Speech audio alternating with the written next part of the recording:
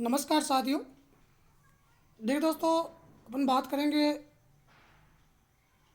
जयपुर अधीनस्थ बोर्ड द्वारा आयोजित संगणक भर्ती एग्ज़ाम के बारे में। इसके अलावा एएसओ और एसओ एग्ज़ाम में भी ये टॉपिक शामिल है।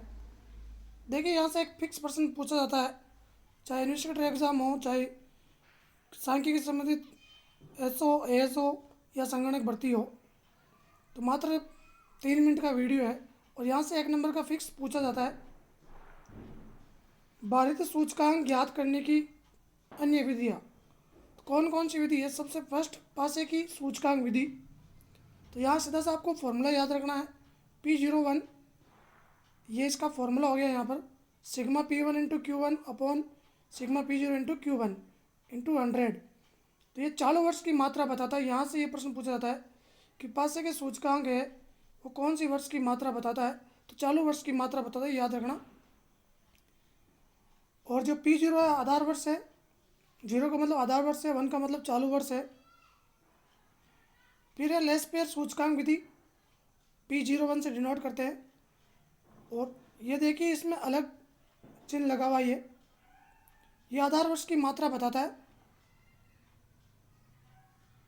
और अंतर क्या दोनों में, ये अंतर देखिएगा, इसमें P1 इंटू Q1 है, यानी कि चालू वर्ष की मात्रा है दोनों।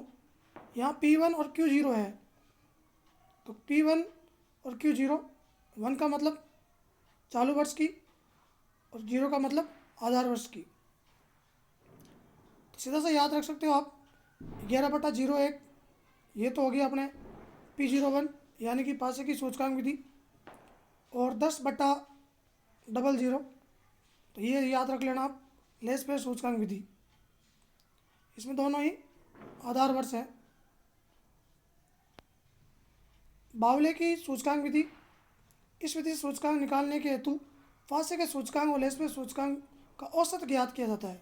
इन दोनों का टोटल करके अपॉन 2 कर दो आप, इंटू 100 कर दो। 100 एक बार ही लिखना है। शॉर्ट में इसको ऐसे भी लिखते हैं, L+P/2। L का मतलब लेस्पेयर सूचकांक हो गया, P का मतलब पास का हो गया, तो अपॉन 2 कर देंगे तो यहाँ बावले का सूचकांक प्राप्त हो जाएगा। B का मतलब बावले की सूचकांक विधि होगी। तो याद रखना, लेस्पेयर सूचकांक विधि से आधार वर्ष की मात्रा ज्ञात की जाती है। इसके बाद सबसे इम्पोर्टेंट है ये फिशर सूचकांक विधि, जिसे अपन आदर्श सूचकांक कहते हैं। प्रश्न पूछ ले, निम्न में से आदर्श सूचकांक कौन सा है? तो दोस्तों याद रखना, फिशर सूचकांक आदर्श सूचकांक कहलाता है। इसके पीछे क्या कारण है?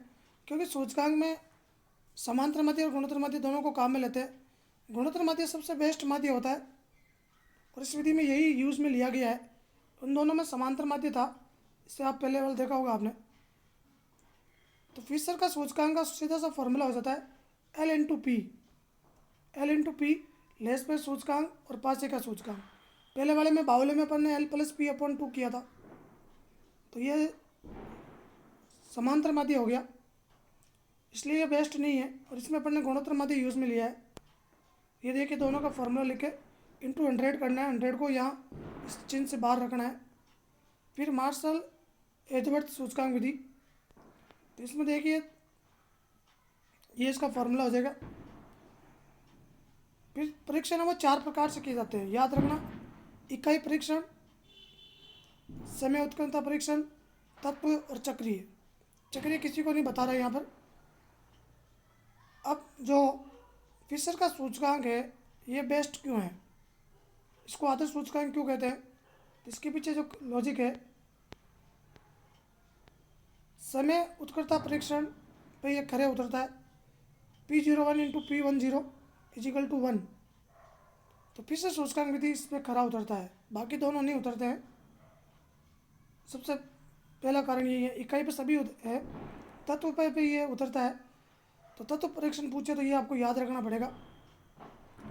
चक्रीय परीक्षण पे पासे का सूचकांक नहीं है, ना ही फिशर का सूचकांक है, याद रखना। ये सीधा सा प्रश्न पूछ लेते हैं, P01 into P12 into P20 is equal to 1 होता है। ये 1 कैसे हुआ?